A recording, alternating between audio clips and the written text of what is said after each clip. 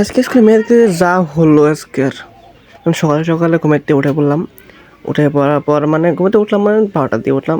আর যখন আমি উঠি তখনই সকাল ভাই, ওরকমই কথা। উঠে নিয়ে পুরো ব্রাশ ম্যাশ করে নিলাম, করে নেওয়ার পর আবার যা শুয়ে পড়লাম। উপায় নাই, কী করবো, শুয়ে পড়ে ভাত টাত খাইলাম। ভাতটা খাইয়ে নিয়ে তারপর বন্ধুরা করলো ফোন। বন্ধুরা ফোন করে বললো চল ম্যাচ দেখতে যাই। হ্যাঁ চল, চলে গেলাম ম্যাচ দেখতে স্কুলের মাঠে ওদিকে। আর ওদিকে যাইয়া বন্ধুর সাথে দেখা হয়ে গেল। আর বন্ধু এখন এগুলো খাওয়ার জন্য চড়ো করতেছে।